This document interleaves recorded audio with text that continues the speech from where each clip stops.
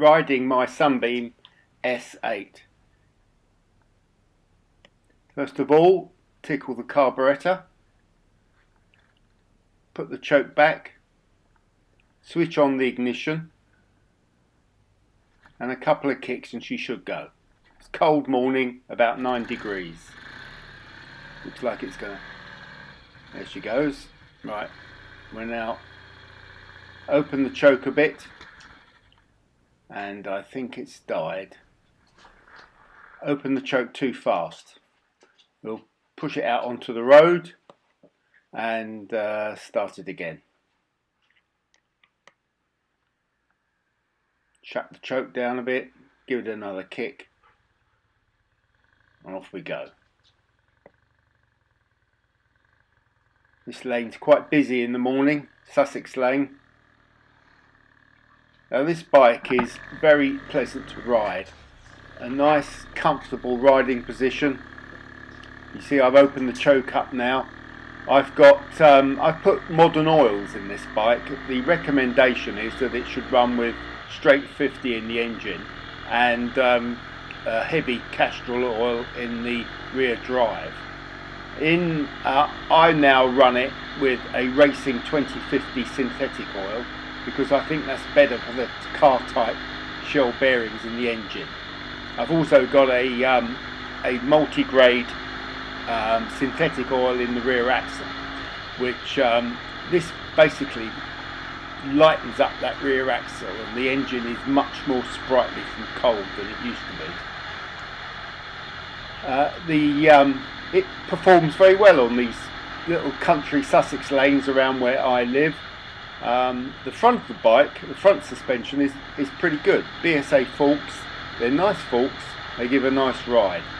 The problem with the handling, if there is a problem, is the back end, which is plunger suspension. It's fine on good roads, but it's as soon as you get any big bumps, it tends to hop and bump around a bit, and which is not much of a problem in a straight line, but if you get a bit of a nasty bump on a corner when you're leaning it over, then you can start to get the back end trying to tell the well-behaved front end what to do. It never gets too dramatic, but it can be a little bit disconcerting sometimes. On good roads, the bike handles very well. It's got a sort of a cradle frame, and it does handle well. As we can see, this is a cold late October morning with quite a low sun. So you know, often it can be quite difficult to see when you get the sun in your eyes. At the moment I'm riding this bike from a village in East Sussex off to Crowborough, and this is typical of the lanes around where I use the bike. The bike is very smooth. The engine mounted in rubber gives a lovely smooth ride. It's got a nice clutch.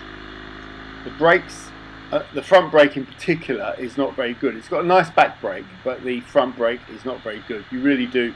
I tend to, for gentle stopping, I just mainly use the back brake. For more rigorous stopping, you use both brakes. But you have to ride this bike bearing in mind that it can take you a little while to stop it. So I don't ride right up the back of people and leave myself plenty of braking distance.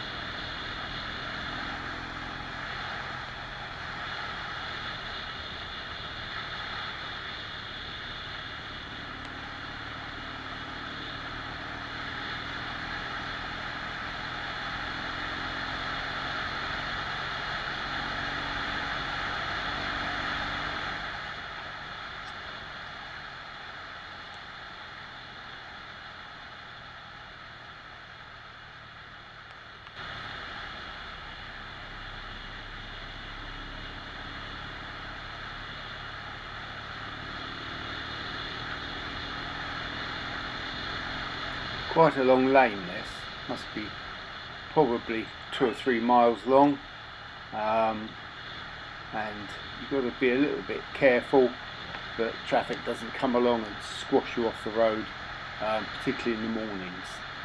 I don't really like these very low sunlit mornings like this, because you can get suddenly blinded if you're not careful, so it's wise to keep the speed down a bit.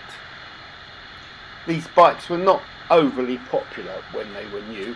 I think the British motorcycle buying public were pretty conservative in the 50s, and the 500cc bike that really topped out at 80 mile an hour and was really quite expensive compared to other bikes didn't make for a big seller.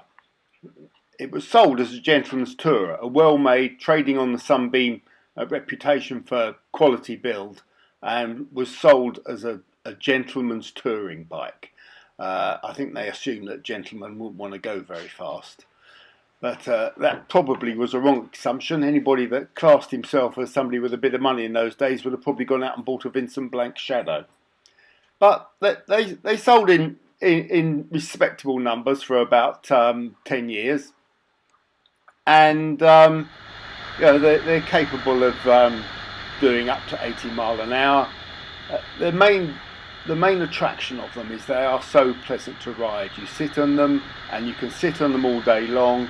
There's not a high noise level.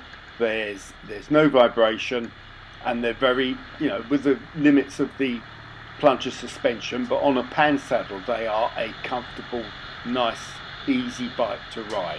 They're easy to start. The low compression, it's not something, if you stall it at the traffic lights, then you're not going to have to push it to the side of the road and go through some complex starting procedure. Just a quick prod of the kickstart and off it will go again. So I find them, I really like riding it. I've got, if you like other bikes, I've got a Norton International, which is a great fun bike to ride, but it's a beast. It's you get on it and you realise that it's a very focused sporting bike. You sit on it, the road holding's better on the featherbed frame, but that sort of race-tuned 500cc single engine is nowhere near as sweet and easy to live with as this bike is. So for everyday riding, I really enjoy this. You can see it's got a couple of idiot lights on the headlamp there. The one on the left is an oil pressure light, which is another car type innovation. It comes on when you switch the ignition on, and should go out once the engine fires up. It's quite useful. If you forget to check the oil and the oil level starts to get a bit low, then it will start to flicker, which is a reminder to put some more oil in it. The one on the right is a ignition warning light, although on this bike it functions as a main beam light because it's got upgraded electrics, and it doesn't. An ignition warning light doesn't really work anymore. There is an ammeter on the bike, which is behind my right leg, so not a sensible place. It would have been an improvement if the ammeter was in easy viewing distance on the front there somewhere, because as it's a bike that relies on the charge from the dynamo to keep the battery in good condition, not only for the lights but also for the ignition, it's nice to be able to keep an eye on it that it's working properly. Bike comes with a steering damper, as you can see. I don't need to touch that. The whole front end bike is really very pleasant and doesn't need messing about with really.